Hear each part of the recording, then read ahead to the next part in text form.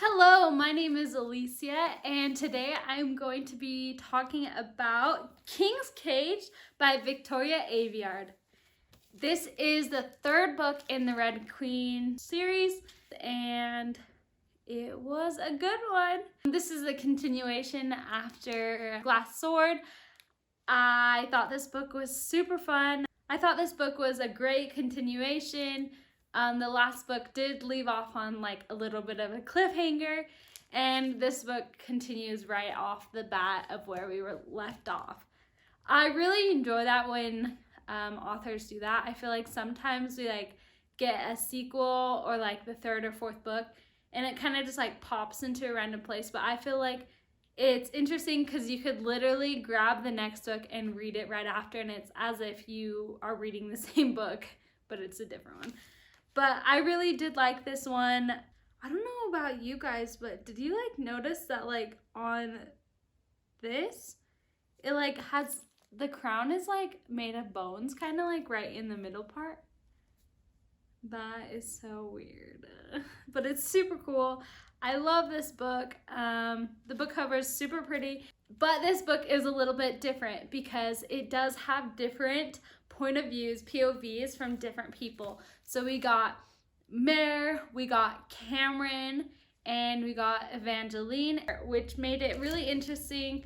I loved getting to know Evangeline and just getting to know a little bit more about Cameron and seeing different sides. So for those of you who haven't read this book, go and read it, come back, and then we can discuss it. Okay, bye! Okay, this book was super fun. I love the different POVs. I did think it was a little weird at first because I did not think Cameron was super important, but I loved her POVs. I feel like it was important. I wanted to kind of hear from Cal a little bit, but I understand why they wanted to do it from Cameron's point of view, because as like a person that hates silvers and stuff, we kind of got to see Cal in a better light, I feel like. And we got to see it not from Mare's point of view, which was good because I feel like Mare sometimes just like blames a lot of things on people, and it was refreshing to hear from Cameron. I also thought it was super cool that we were able to see Cameron's story with her brother and that whole rescue mission. So that was really fun. I love that. I think Cameron played a very important role in this book, but I also thought she kind of stepped down from where she was in the last book because of how horrific going into the prison was for her and so much blood and killing. I understand that Cameron doesn't necessarily want to be on the front lines anymore. Evangeline. That girl, I hated her. I hated her so much. And I hated her, like, I hate her brother. And I just never thought I would be like, Evangeline, like, is actually not too bad. Because I feel like seeing her thoughts and seeing from the inside, you kind of get to understand her a little bit more. And I started to understand that, like, she was bred to do this.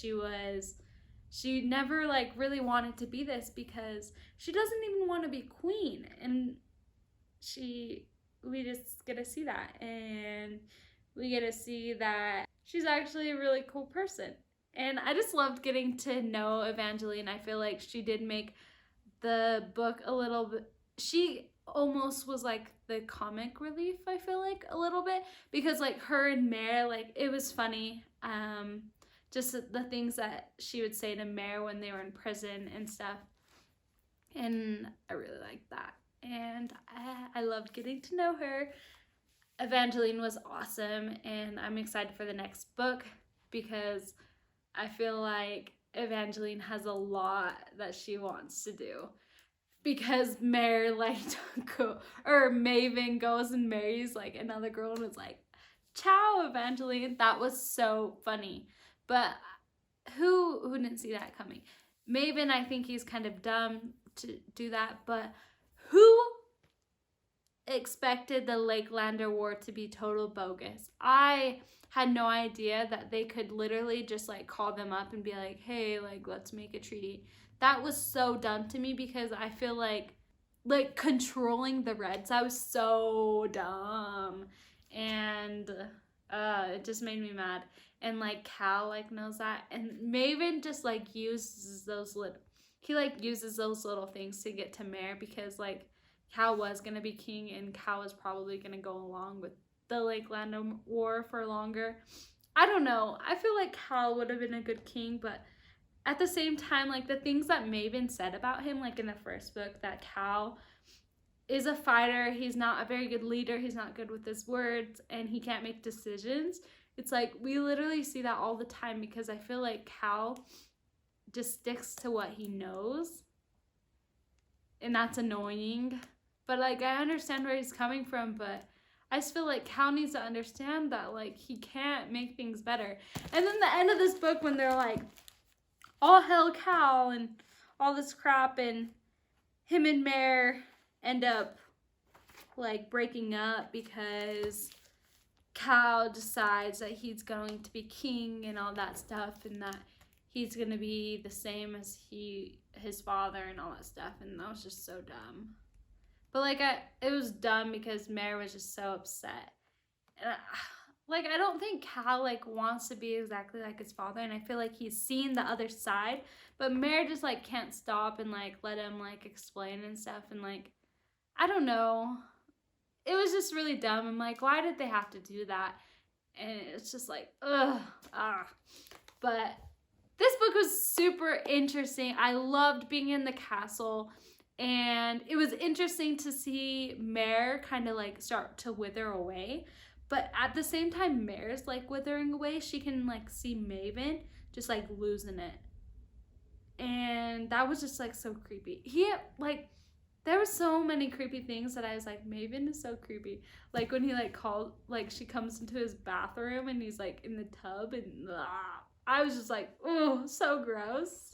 I was like, this dude's so weird and it's like messed up. But I think without Alara, he's kind of just losing it, and it's just interesting. That was weird, and like their weird little kiss. Well, I just thought that was so gross. I don't know. Maven just freaks me out. He is like a good villain, but I just feel like he's so creepy, and I think he like needs to know that things are gonna go down, and he's just kind of dumb. I don't know. And he just lets Mare get to him.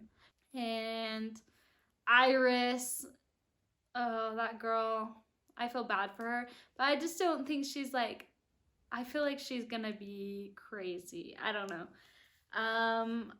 I think she only got married to Maven because like I knew she could probably take him down.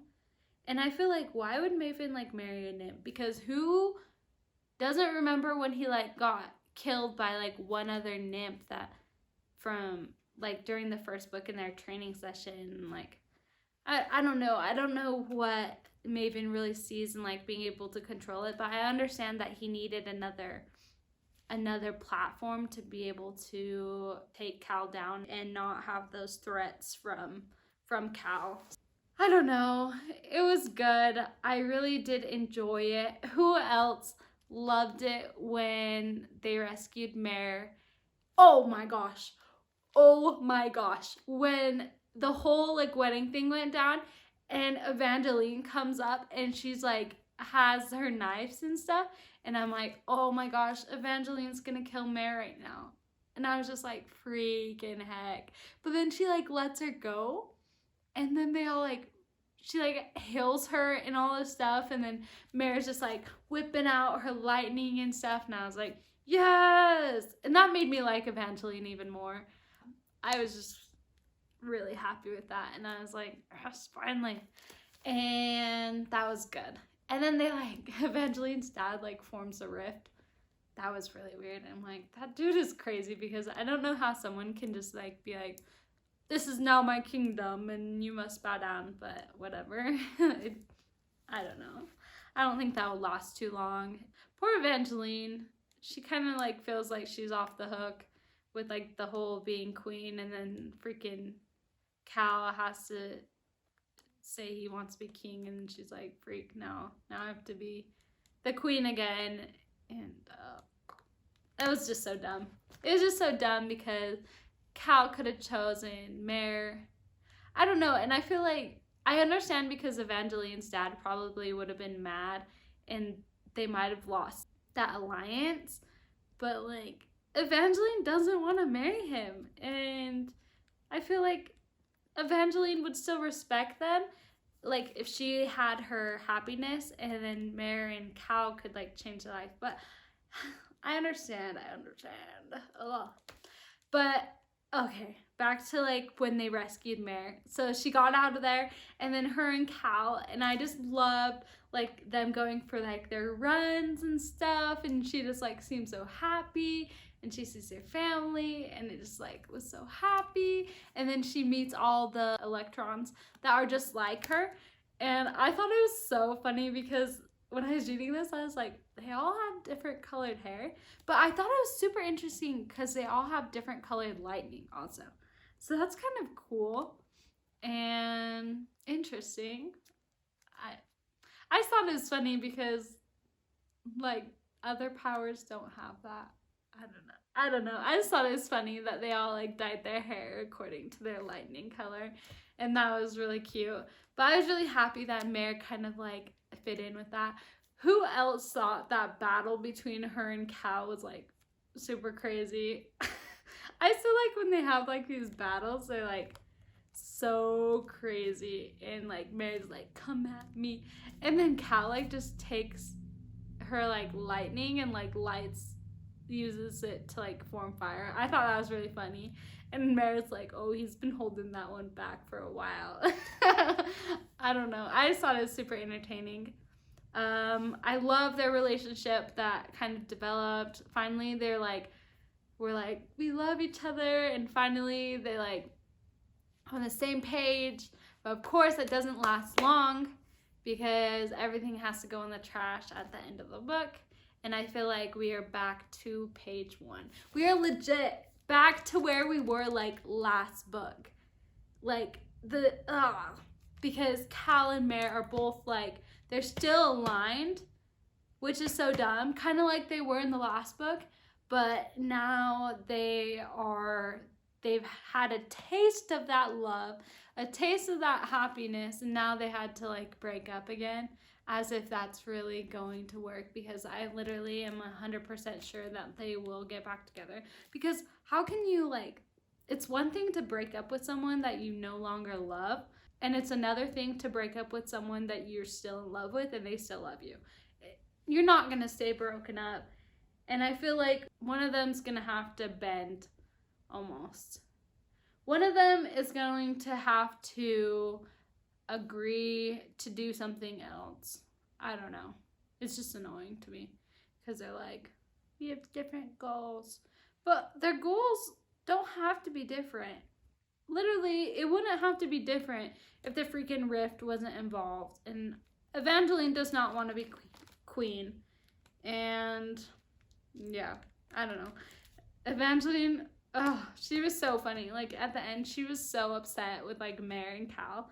She's like, they're so dumb. She's like, I don't know how they can just give up love, because she like really doesn't want to give up her love. But I don't know. I really enjoyed this book. It was super fun. I thought it was a good one. I'm really excited for the next book, the last book, and I'm excited to see what happens in the next book. I really hope Cal and Mare can get back together, which I think they will, and I think it will work out, I hope. But overall, this book was super fun. I really enjoyed it. And if you have any additional comments or questions, please comment down below. Please like and subscribe to this channel. Thank you so much for watching. Until next time, bye!